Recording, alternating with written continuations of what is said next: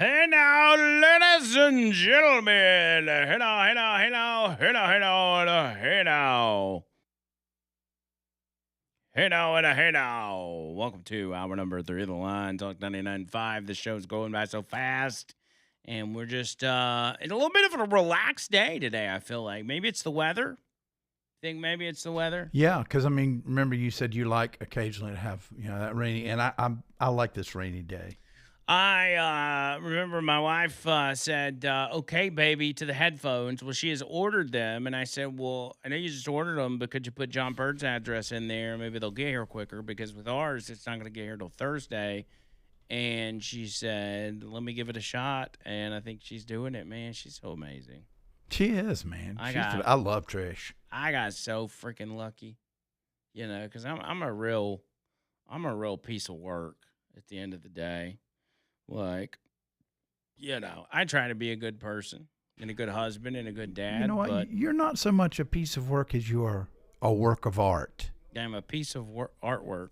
Yes. I'm a piece of artwork. You're a piece of artwork. And anyway, I looked up getting with somebody that just takes care of me because I definitely don't deserve it. Love you for who you are, buddy. Yeah, man. And I know I'm a hassle sometimes, but she deals with me, and she loves me. She loves me the way I am.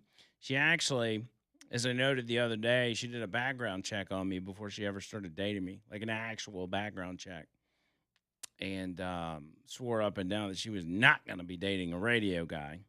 Because at that time, what she knew about radio guys is she knew Richard Dixon. Oh, okay. Yeah. Okay, she that knew, explains it. Because Richard Dixon... oh, it says May 1st for your address? Wow. Oh, dang.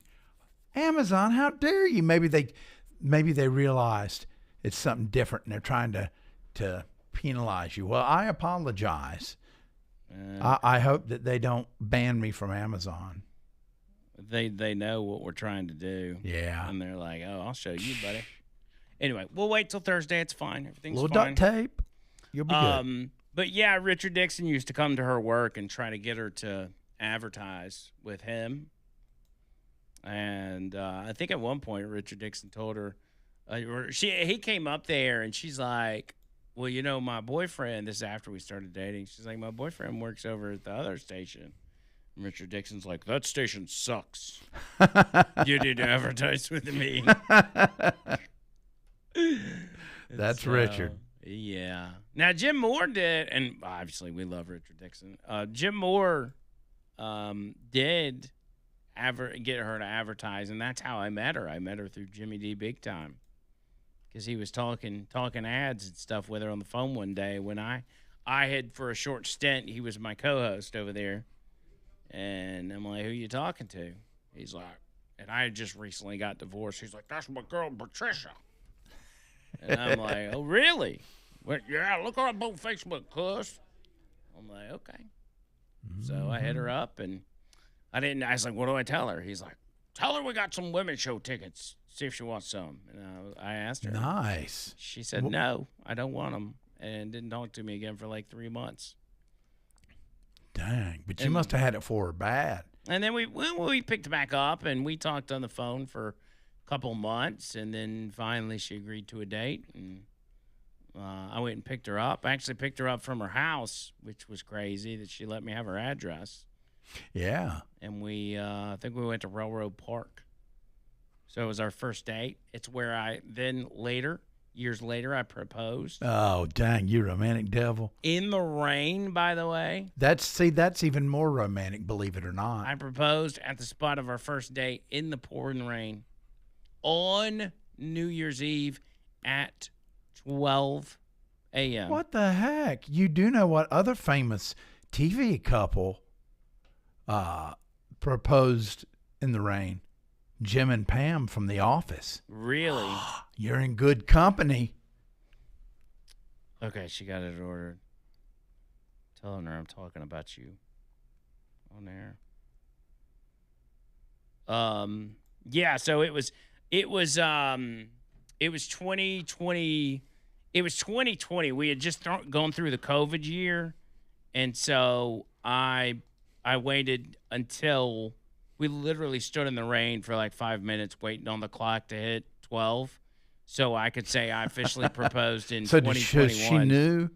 No, she didn't know. She didn't know before I proposed. What was she saying? Like, why are we in the rain? Yeah, she's just used to me. So, yeah. So as soon as the clock struck 12 and we were out of that god awful year of 2020, that's when I proposed because I didn't want to jinx it. So, anyway, that was it. Man. Speaking of love, listen to this. So King Charles is at the White House. Him and Camilla and Donald Trump. They were out at the White House lawn or whatever, and Trump was speaking, and he said something about how his mother, the Queen, actually had a crush on him. That the Queen had a crush on Trump, and I never heard this story before, but this was just moments ago. Listen, my mother, I just see it so clearly. She loved, and I told the king this, she loved the royal family, and she loved the Queen. And anytime the Queen was involved in a ceremony or anything, my mother would be glued to the television and she'd say, "Look, Donald, look how beautiful that is." She really did love the family, but I also remember her saying very clearly, "Charles, look, young Charles, he's so cute." My mother had a crush on Charles. Can you believe it? Amazing how, I wonder what she's thinking right now. Oh, I thought he ended up saying that the Queen had a crush on him. Oh, no, maybe I got it backwards. Yeah, but that's even more endearing. It's still funny. Whatever. Listen, that's live radio. Sometimes I just throw clips at y'all. I don't even know what he said. Yeah, but I mean, Donald's mom having a crush on Charles. He was affectionately known as Dumbo because those ears, man, way out there. I thought you were gonna say something else. No. No, I've got more class than that, man. 1 in 3 statistically. 1 in 3 in the royal family. Yes, have to be careful when they step out of the shower. That's right. So they don't slip and fall. That's right. Statistically. Just statistically. I mean, it's science. What are you gonna do? Ryan is in Georgia. Ryan, what's up? Hey now. Hello. What's happening, my brothers? What's up, dude? Hey, man, listen, man. I used to work in 1999. I was working down there at a Phoenix, one of them high rises down there on the Gulf Coast. I used to work security guard. Late at night, I would go up on top of those jokers, I saw one of them time traveling machines. That thing dipped down in the ocean down there. And I don't know what everybody else don't realize who's driving them things. They know them demons that got kicked out of heaven up there flying around in these time machines. We got a hold of a couple of them, and we reverse engineered them. So I don't know if it's the good guys flying them now or the bad guys. Well, you think about it, and I've heard this theory, and I think there's probably some credence to it. People talking biblically that the UFOs and stuff that we've been talking about as of late could only be just that, be demons, and because exactly what it is, they anything that's existing as a being that is not human is got to be a demon. But I will say, man, if they are demons, they're being awfully nice not to evaporate us. So yeah, they got that time traveling thing down very well. Well, it's crazy, man. I don't know what's going on. Can I ask you another question, since I know you know most of the answers, my man? That's why I listen to you. How did that fella know that Trump was going to be there when he booked in 6 months in advance? And, of course, Trump don't attend those dinners. The only 2 times he's ever went, he was invited as somebody's guest when he wasn't president. He said he wasn't going to ever attend them. How did that fella know Trump was going to be there? That's what I'm just kind of curious on that one. Did he book the hotel 6 months in advance? Of course he did. You have to. I they knew that dinner was going to be there. Yeah, they had several different functions going on. Well, I mean, I'm just curious to know how he knew Trump was going to be there that night to go after him, because he already wrote in his manifesto, so to speak, that he knew he was going to be there when Trump never ever shows up to those. He said Trump himself said he would never go to them. It was a waste of time. I don't know. I haven't seen the timeline on when he booked the hotel, but if it is 6 months in advance, I mean, it could just simply be an assumption, which, he did travel across it's time the country. travel. I'm telling you, man. I'm going to find out tonight. Got to be, my man. Daggone right. So he went to the future. He's going to be there. There's no other way possible. He got to know for a fact he was going to be there that particular night and bring weapons and this and that and plan that 6 months in advance. Well, That's smart, dude. There has been, I mean, he could have been, and I'm tossing out theories here, but he could have just been taking his chances because this is a topic that's been talked about, where Trump has been asked if, the White House Correspondents' Dinner next year. And he's mentioned, months and months and months ago that he would go. Now, he's never, not until recently, over the past few weeks, did he say, I am 100% going. But he has alluded to his willingness to go over the past year. Have you seen that young But man's I don't know. Have you seen that young man's credentials, by the way? Have you read anything about him that they put out about, his studies, his mind level? Well, yeah, that's what I was saying last hour is the fact that why this is so different is because we're not dealing with somebody that was on a bunch of psychotic meds and hearing voices in his head. It's not like the hammer attack on Nancy Pelosi's husband. Right. This guy was a well-educated, coming from what seemed like a normal family, got a job, worked within NASA's orbit. Like he was a kind of a smart, maybe even nerdy guy that had been filled with such hatred because of the propaganda that he's been fed that he ended up acting on it, and that's a whole new. Well, that's a whole new Pandora's box. Is what I'm saying is that none of that bull squeeze. That's my buddy in the evening time said. Oh, it's just a bunch of bull squeeze. Check this out before I get out of here. I know other people want to talk. That guy's too smart for that, man. I don't like when they say attempted assassination of the president. He didn't know to try to kill Trump. Now let's get real with this thing. That boy's too smart for that. He knew he couldn't make it past security. He wrote in advance about how lacking security was. He studied this stuff for a living. But the bottom line, if you want to kill the president, all you can do is wait till they're out of office. If you really want to kill one, because I see Clinton everywhere and Obama, they don't have any protection worth a flip. But the bottom line is this: that young man just did that stunt for another reason, and the reason is not to try to kill the president. Because you don't go out like that trying to kill the president. Give me a break. That's not an assassination attempt at all. So what's the point of on the other one when he got nicked in the ear, so to speak? You almost convinced me that was a real one, but you can never convince me this man trying to kill the president. Ryan, get out of here. Come on. Get out of here, dude. Let me guess. Butler's a hoax. Now, you could actually probably get people to buy into your... almost got me in Butler till I saw the security, how this guy used a ladder to get up on the building. But I don't know if you've ever been around presidents, but I have, my brother. Let me tell you something. You don't get within miles of a location where a president is going to be with a gun. I don't care if you go a month in advance and stash one. They're going to find it, Andrew. You don't stash them on top of a building and pull off a shot like that. Well, here's bro. what I was going to say.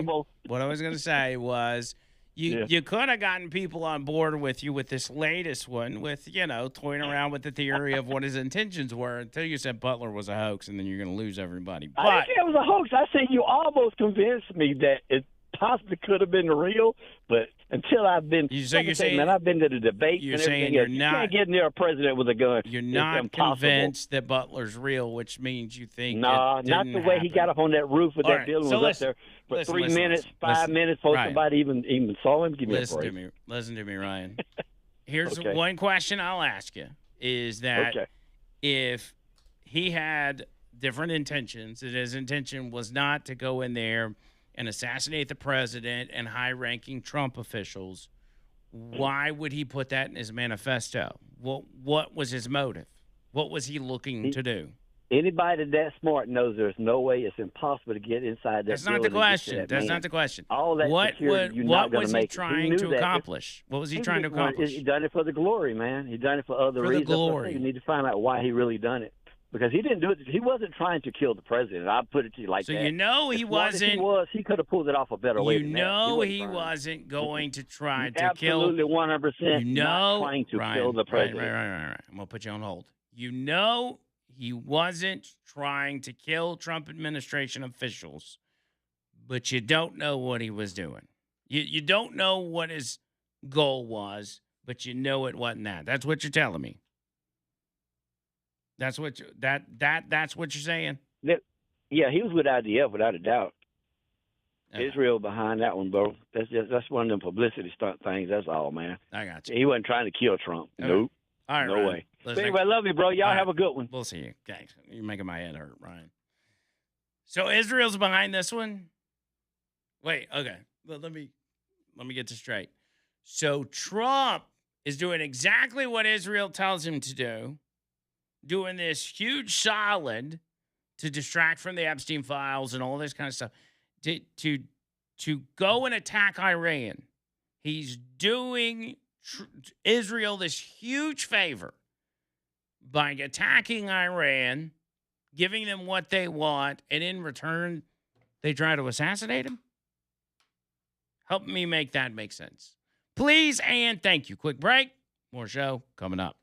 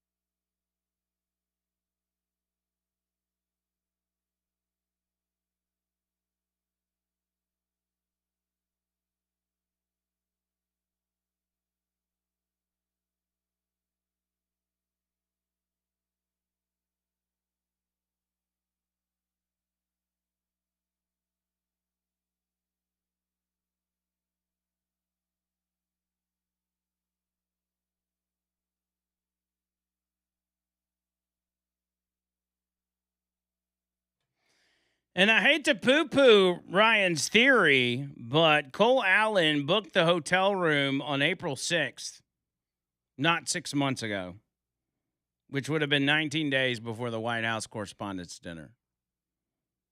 So, there goes your time traveling gimmick, John Bird. I'm sorry. It's not a gimmick, and that's not true. What's not true? You got to remember all of the timelines lining up. His goal was to pick a different time to go to that hotel in anticipation of Donald Trump. He may have missed the first time, and he tried to change things up so he would guarantee he would get it. So he got in his time machine and took a trip. Mm-hmm. I got you. Yeah, and the way you are thinking time machine now, I watched Interstellar a bunch of times. I understand this time travel stuff. Yeah. I don't know, man. I mean, April 6th, 6 months. What's the difference? It's just numbers, right? And he checked in on April 24th around 3 p.m. Eastern time. So, Ryan, facts are important, buddy. So may want to double check some of that stuff next time you call in. Just a little advice. Philip's in Birmingham. Philip, what's up? Hey there. Thanks for taking my call. Yeah, I just wanted to say I've been listening to your show for quite a while. I just try to tune in, see what's, on the minds of people out there. And first of all, I wanted to say I appreciate the fact that you corrected Ryan's statement about whether or not, he booked this 6 months in advance. I also just want to say that I respect that you have such a large platform, that you tap into the minds of people out there, the spirit of what's happening. And I guess I just want to say, I think a lot of us can agree that God is good, right? Right. That there's nothing beyond God's, control or touch. He put this world into motion. And when we think that we understand the complexities of God's plan, I think we're kind of putting ourselves on a bit of a higher pedestal than we really deserve. We're humans, all of us. We're all beloved children of God. Can you follow me and agree with me on that? I agree with you. Obviously in my position, I am here to just pontificate on the news of the day and try to make sense of it and everything else, just like, somebody at a fab shop's job is to, make and manufacture products. And it's something, but at the end of the day, I mean, if we want to take a step back and look at the big picture, as we've said on this show countless times, at the end of the day, there's one being that is all knowing, that is in control of everything. And at the end of the day, we know how this story ends, whatever the politics or the news or the tragedy or the great stories and everything else. We know how the story ends at the end of the day. And so Appreciate. We're living in, sides are called.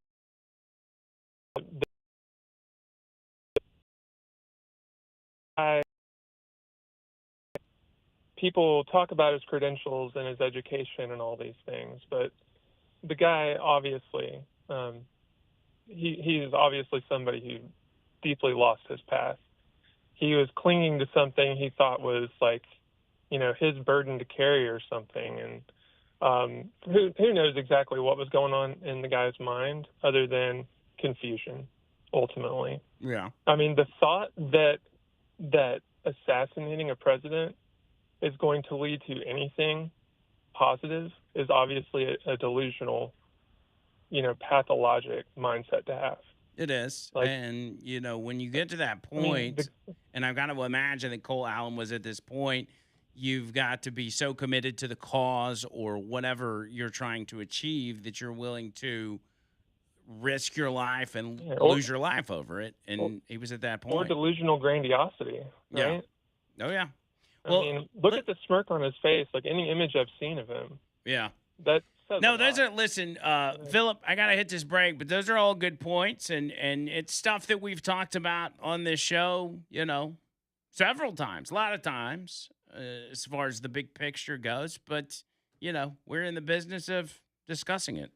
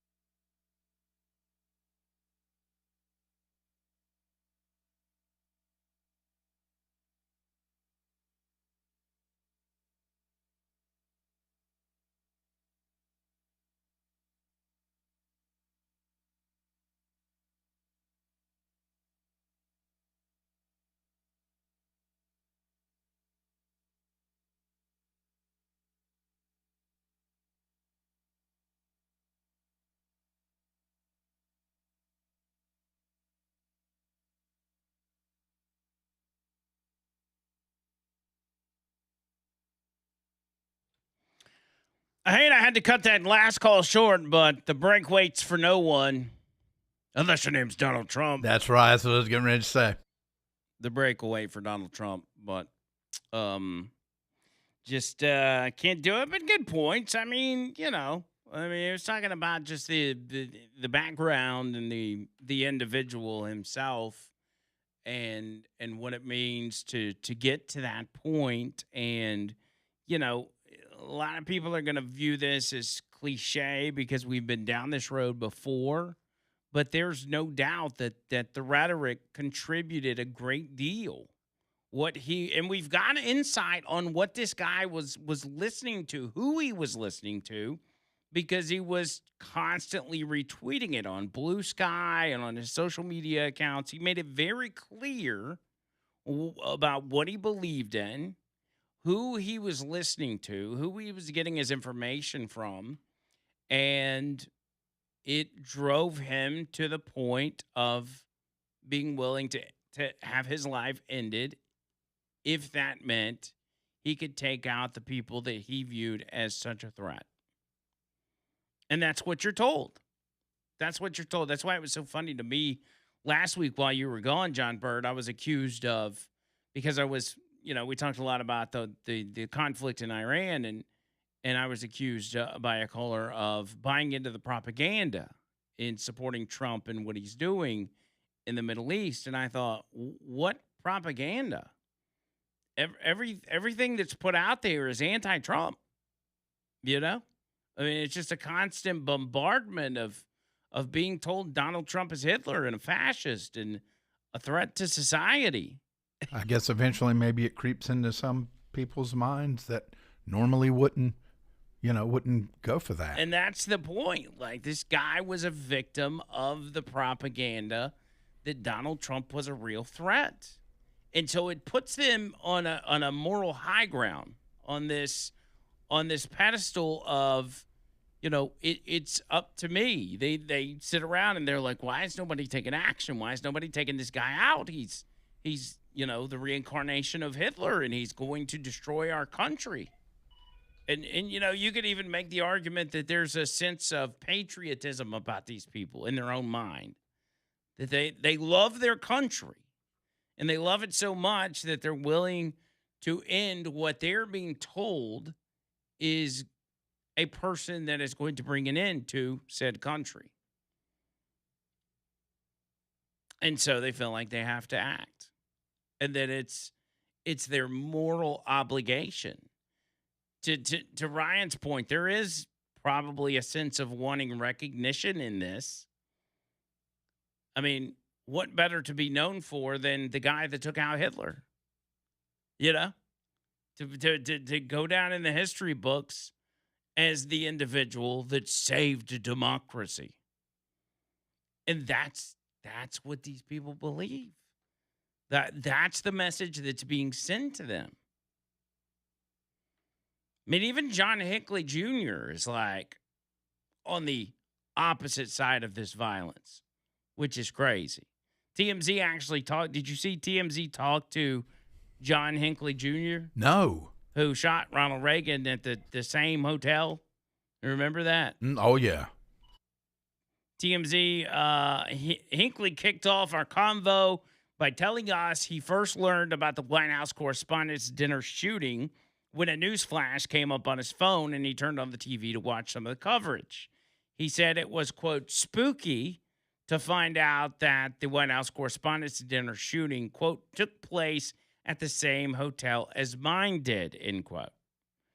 Hinckley is now calling on the hotel to stop holding events there, quote, because bad things keep happening and it's just not a secure place to hold big events.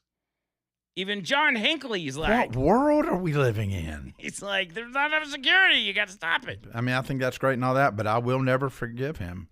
To illustrate his point, Hinckley described what happened back in 81 when he showed up at the hotel to shoot Reagan. He said back then the security was lax too because he was able to sneak into a crowd of reporters waiting outside the hotel for Reagan to exit after delivering a speech. He said Secret Service agents never checked whether he was a reporter during their sweeps. If they had, Hinckley said he would have bolted because he was not a journalist and had no press credentials, and his devious plot would have likely been exposed. As a result, history might have turned out very differently. So it's like, even when John Hinckley Jr. is like, this is bad, the security's not good, y'all need to fix this, because he's out of jail now, you know.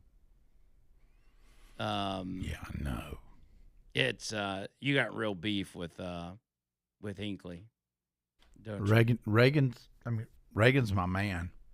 Yeah. I mean, Trump's my man too, but you know, Reagan brought it, man. Reagan was obviously doing something right, and that's why he got shot. Mm-hmm. It's only the presidents that are making real change are the ones that get shot. Susie Wiles is actually convening a meeting on security for Donald Trump. They are really taking a step back and looking at this whole picture to try to find out, you know, what went wrong, what can we do better, and how can we provide more, you know, more security for the president, the vice president, the cabinet all together. What you eating over there, John Bird? Celery. Celery? Delicious, yeah. Okay. I just wondered, you were eating on No, the mic, so I was curious. That's right. I'm sorry. Colby Jack cheese and hard salami. It's a cheese and meat snack. Don't say you're eating hard salami on the mic. You know this audience. You know what they're going to do. Uncured salami, I'll say. Uncured. What does that mean? What does uncured mean? Is it like uncut? It means that it's not put in a smokehouse. Oh, okay. Just going to make sure it didn't mean like uncut. No, it didn't. My gosh. I knew you would go there. But wait. What? Oh, no, I can't wait to see what the wheel of, I can't wait to see what the wheel of segments is going to be like. Uncircumcised hard salami. Dude. Enough of that. We're a classy show. Seriously though, speaking of you know, tightening up security, let me give you the details on this one secret security agent that had the OnlyFans girlfriend side piece. Yes.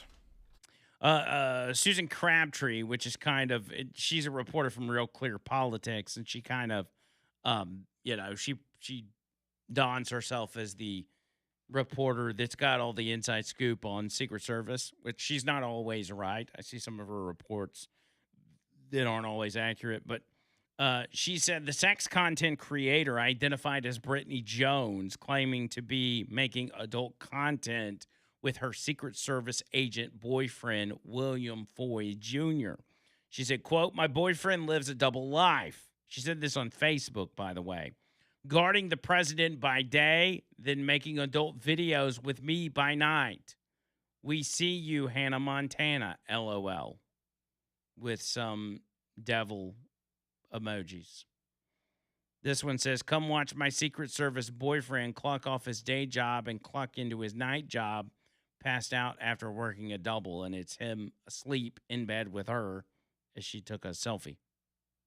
Oh, dang. He's with the wrong chick. Crabtree says a woman identified as Brittany Jones this week, this is a week or two ago, posted on Facebook and said her Brittany Jones XX Instagram account what appears to be a photo of a Secret Service agent's USSS ID with a statement claiming that the agent is her boyfriend who lives a double life, protecting the president by day and making adult content with her by night.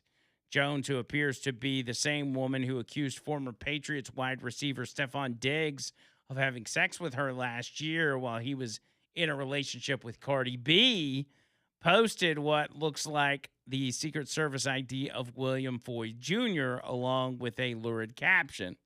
In a separate video posted on Instagram with the title, quote, "When your boyfriend works for the Secret Service," Jones displays her midriff while handling what appears to be a long spear. Oh, my gosh. I think it's a literal spear. How long is... I mean, the surely spear? his job's... No. Oh. No. Another video shows the woman on the passenger side of the vehicle while the same man is driving. Jones is wearing a blonde wig and seductively sucks her finger while asking the man how to pronounce his last name. Yet another post from Jones shows the same man coring a pineapple in a kitchen. Jones posted the photo with this caption, quote, "The only guy who could ever tame me, Michael Foy," with a skeptical emoji. Posts on Brittany Jones XX are more salacious, including a photo of a check titled $75K to get an abortion with a skeptical emoji, and several more explicit posts with photos of men she claimed to have relations with. The same video with Jones' midriff displaying the spear appears on the XX account.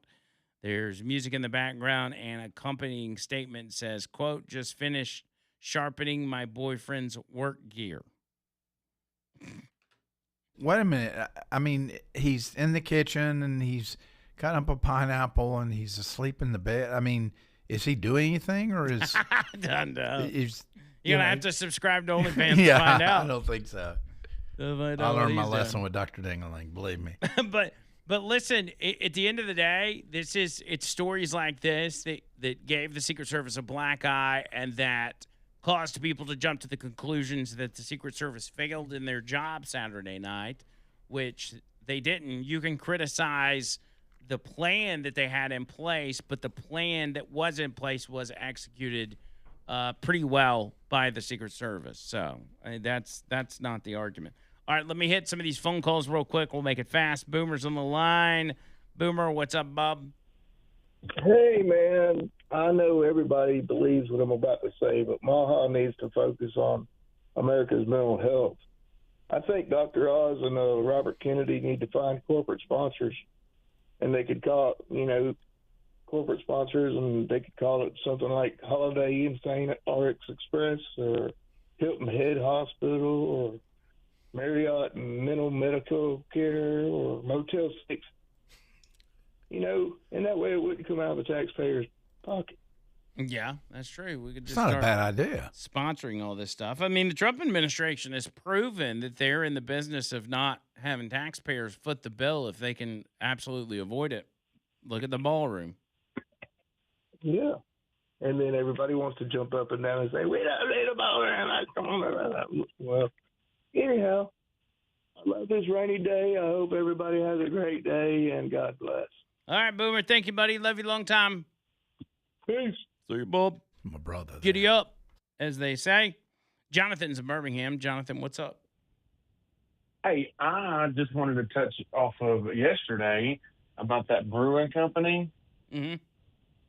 Well, I went on their Facebook and reported them for terrorism, harmful acts, and stuff like that. So, Dang, yeah. Yeah, I made a Facebook post about it last night too, and people were all in the comments. That's what made me go on their Facebook. Like I reported them for terrorism, threatening material, hate speech, and all that. So did the Lord's work last night. Yeah, that's good. That's good because I mean that's what it would qualify for. I mean I've had my Facebook taken completely down to where I can't get it back over much less. So I would think that these guys deserve a swift ban. But yeah, good job, Jonathan. I appreciate it. Enjoy the show. Thanks, buddy. Yeah, he's out there doing the Lord's work. Good for him. Good for him. Anyway, if you want to get in, 205-545-9950. Reaction to Saturday has been abundant. As you know, there's been a lot from both sides. But now some people that have been really guilty of perpetrating the rhetoric are now trying to come back around and do a little CYA. I'll give you some examples of that when we get back.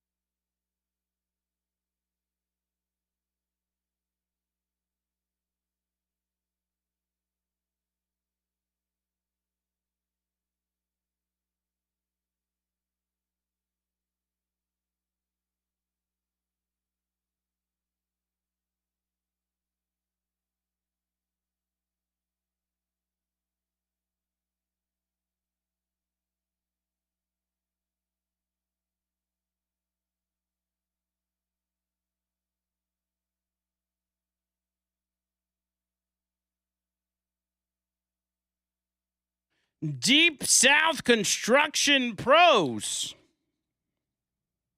You're going to be starting a riot if you don't get in touch with these guys, because it's going to be pandemonium at your house once it starts crumbling down because you didn't get your foundation issues fixed or you didn't deal with the water coming in your basement and your crawl space.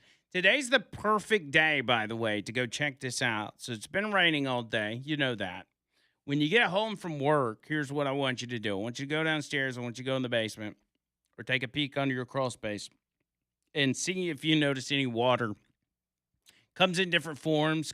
Doesn't always have to be puddling up on the floor, but maybe you can see wet spots on the wall that somehow moisture is getting into your basement. That's a problem. It is. Even if it's just a little bit, it's a problem because that moisture then kind of just gets into the atmosphere and it starts clinging to stuff and creating mold and all kinds of problems that end up being in the air that you breathe upstairs.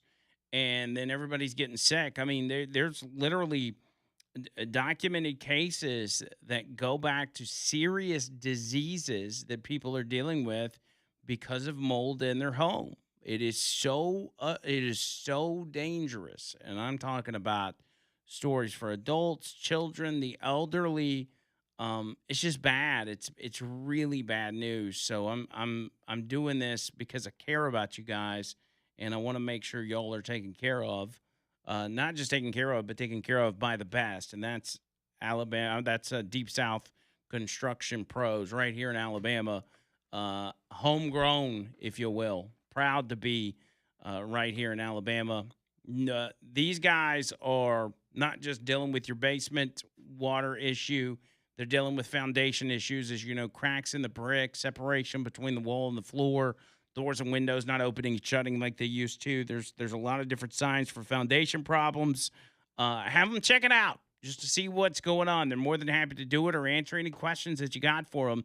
Call them at this number, 256-305-1854.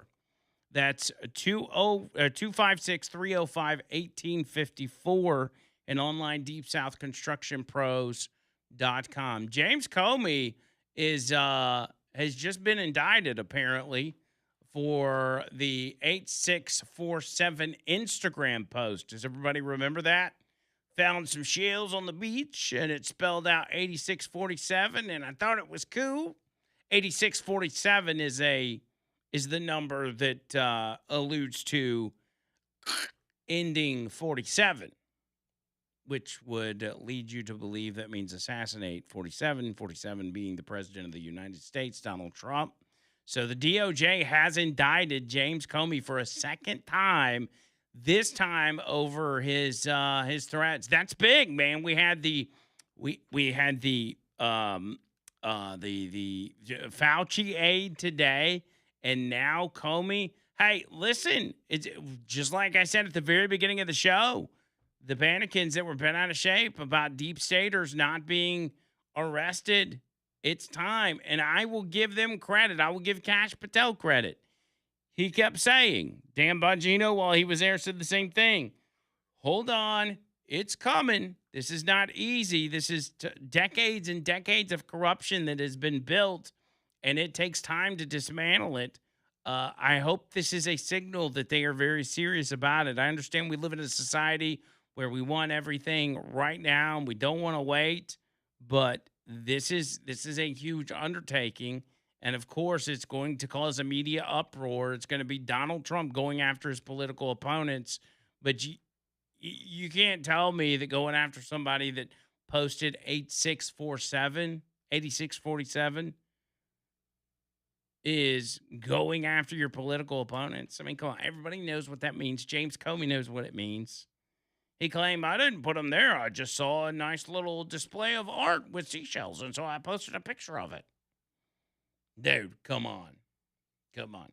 So good. That's great news. Great news that James Comey is going to be facing some sort of justice, because this all, and the timing is impeccable because of what we're talking about. The rhetoric that pushes individuals to do what Cole Allen did on Saturday. And that's why you see, as I stated earlier, some individuals coming out in CYA mode. CYA standing for cover your ass.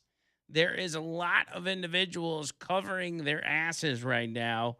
And I've got two in particular that are very big names that have absolutely contributed to the rhetoric that has ultimately perpetrated this violence against Trump administration officials. And it's not just Trump officials, it's been conservatives across the board. I mean, there was a time where wearing a MAGA hat in the wrong part of town would get you beat down. And I'm not making that up. We watched it. We watched it happen. Many people were terrified to show their support for a presidential candidate or a president of the United States. Think about how crazy that is, that in America, you can't show support for the guy you support.